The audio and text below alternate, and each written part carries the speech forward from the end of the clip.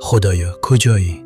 بیا کفش‌هات رو برات بدوزم، موهات رو شونه کنم، لباسات رو بشورم، برات شیر تازه بیارم. اگه این حرفا رو از کسی میشنیدی، با خودت چی میگفتی؟ شاید میگفتی این چه جور دعا کردنه؟ این چه حرفیه که درباره خدا میزنه؟ اما این حرفا رو یه چوپان ساده میزنه، یه آدم بی‌آلایش، تنها بالای کوه، بین گوسفندهاش، رو به آسمون. اون داشت با خدا حرف میزد، همونطور که بلد بود، با همون دل پاکی که داشت. و اون روز یه پیامبر بزرگ این حرفا رو شنید، موسی. وقتی موسی حرفای چوپان رو شنید، ناراحت شد، چون از نگاه موسی این حرفها در شأن خدا نبود. خدا که جسم نداره، خدا که کفش نمی پوشه، خدا که به شیر و لباس و تخت خواب نیاز نداره. اما داستان مولانا درست از همین جا قشنگ میشه، چون کمی بعد خدا درباره همین دعای ساده و به ظاهر اشتباه حرفی میزنه که دل آدم رو تکون میده.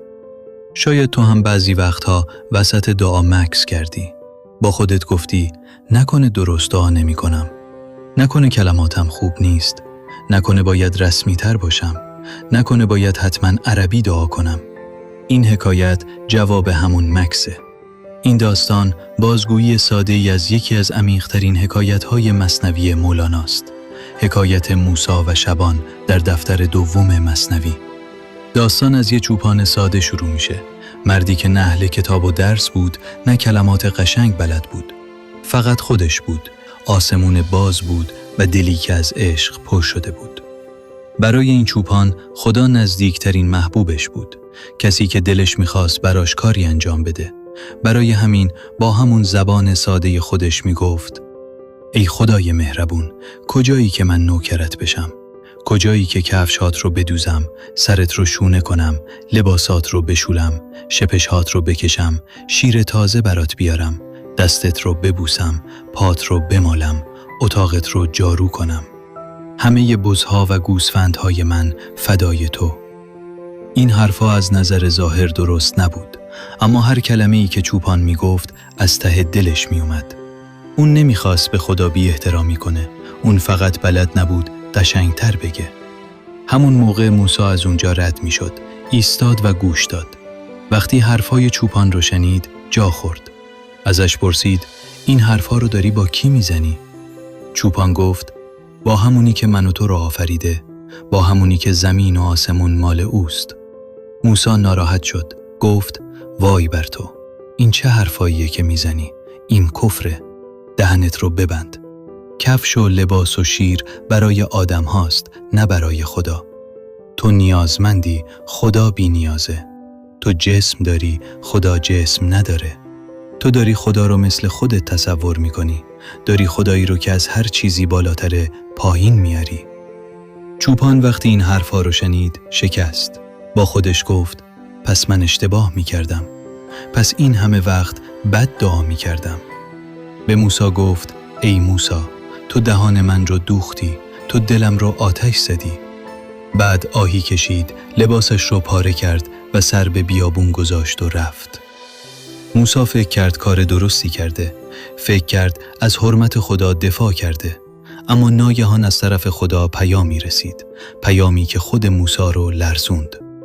خدا به موسی گفت ای موسی، تو بنده من رو از من جدا کردی، تو اومده بودی دلها رو به من نزدیک کنی، چرا بین من و بنده‌ام فاصله انداختی؟ من از جدایی بدم میاد.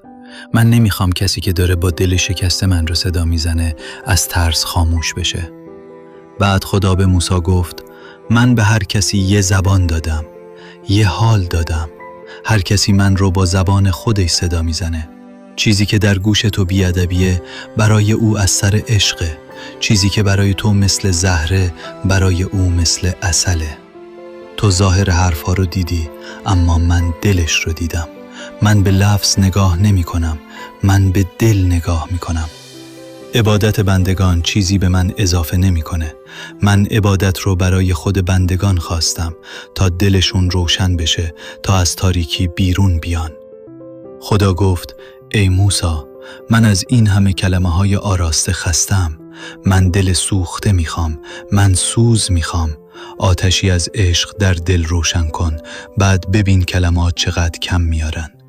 ای موسی، آدم‌هایی که آداب سخن گفتن رو بلدند یه گروهند، اما عاشق‌های سوخت دل یه گروه دیگه‌ن.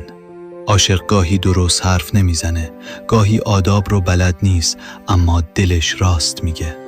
اگر عاشق اشتباه بگه زود محکومش نکن، چون گاهی خطای عاشق از 100 عبادت خشک عزیزتره. کسی که به کعبه رسی دیگه دنبال جهت قبله نمیگرده. و بعد خدا به موسی حرفهایی گفت که مولانا میگه در کلمه نمی گنجه. موسی تازه فهمید چه اتفاقی افتاده. فهمید که او ظاهر رو دیده بود، اما خدا دل رو دیده بود. فهمید که گاهی آدم به اسم دفاع از خدا دل بنده خدا رو میشکنه. برای همین موسی دوید، رفت دنبال چوپان، رد پایش رو در بیابون گرفت تا پیداش کرد. وقتی به چوپان رسید گفت برگرد، مژده بده، خدا دعای تو رو پذیرفته. لازم نیست دنبال کلمات رسمی بگردی، لازم نیست دعاهای از بر شده بگی. با خدا همونطور حرف بزن که دلت میخواد، با همون دل عاشق و فروتن. کلمات ساده تو پیش خدا از 1000 ذکر خشک عزیزتره. اما چوپان دیگه همون چوپان قبل نبود، یه چیزی درونش عوض شده بود. به موسی گفت ای موسی، من دیگه از اون حرفها گذشتم. اون سرزنشی که تو به من کردی مثل تازیانه‌ای بود که به جانم خورد، روحم رو از زمین بلند کرد. حالا به حالی رسیدم که دیگه در کلمه جا نمیشه. یعنی حتی اون درد، حتی اون شکستن برای او تبدیل به راه شد. حالا بیاییم از داستان برگردیم به خودمون. مولانا اینجا یه حرف خیلی مهم میزنه. میگه مواظب باش، خیال نکن دعای تو خیلی کاملتر از دعای اون چوپانه. شاید تو کلمات قشنگتری بلد باشی، اما در برابر بزرگی خدا دعای همه ما ناقصه. ما هر کدوم خدا رو به اندازه فهم کوچک خودمون صدا میزنیم. هیچ کدوم از ما خدا رو آنطور که شایسته اوست نمیشناسیم. پس اگر خدا دعای ما رو میپذیره، نه به خاطر کامل بودن دعای ماست، بلکه به خاطر مهربونی خودشه. وقتی این رو بفهمی، یه چیزی توی دلت آروم میگیره، چون دیگه لازم نیست از دعا کردن بترسی. خیلی از ما فکر میکنیم دعا فقط وقتی قبوله که حتما با کلمات خاصی باشه. فکر میکنیم باید عربی باشه، باید رسمی باشه، باید مثل آدمهای خیلی مذهبی حرف بزنیم، باید جای خاصی باشیم، باید لباس خاصی پوشیده باشیم، باید اول کامل بشیم بعد با خدا حرف بزنیم. و چون اینها رو نداریم، دعا رو عقب میاندازیم. میگیم بعداً، وقتی بهتر شدم، وقتی بلد شدم. اما داستان چوپان میگه نه، منتظر کامل شدن نباش، با همون دلی که داری خدا رو صدا بزن. حتی اگر کلماتت سادن، حتی اگر نمیدونی چی بگی، خدا به زبان تو نگاه نمیکنه، به دل تو نگاه میکنه. البته این به این معنی نیست که ادب مهم نیست. ادب خوبه، دانستن خوبه، دعاهای زیبا خوبه، اما همه اینها وقتی ارزش داره که دل هم همراهش باشه.